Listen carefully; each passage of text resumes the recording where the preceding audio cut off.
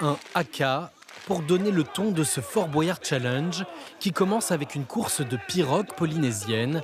Depuis 2015, Iloa, triple championne de France dans cette discipline, quitte les eaux turquoises du Pacifique pour ramer sur celles de Charente-Maritime. On se fait plaisir sur des plans d'eau qui sont super variés, avec une organisation de course qui est idéale. Ils nous font toujours des super parcours et puis ils sont super novateurs. Sur cette course, on est venu chercher une préparation pour une grosse échéance qu'on a en Polynésie, donc ça nous permet d'avoir une course test. 3, 2, 1.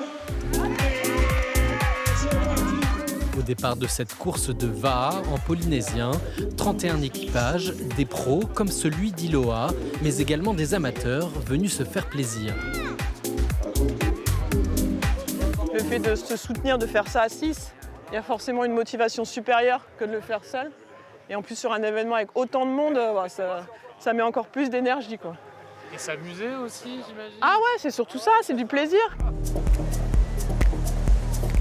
Depuis 16 ans, la philosophie du Fort Boyard Challenge est de proposer sur 2 jours un réel événement sportif mixte autour de plusieurs disciplines nautiques. C'est cette ambiance-là en fait que recherchent et qu'adorent les gens. C'est que on peut croiser le champion du monde en prenant son café ou sur la ligne de départ. Et ça n'a pas de prix. A priori, on fait partie de ces événements-là en France qui rassemblent en fait. C'est un rassemblement. C'est pas une compétition au sens propre, quoi. Record de participation cette année, près de 600 challengers se sont lancés à l'assaut du fort.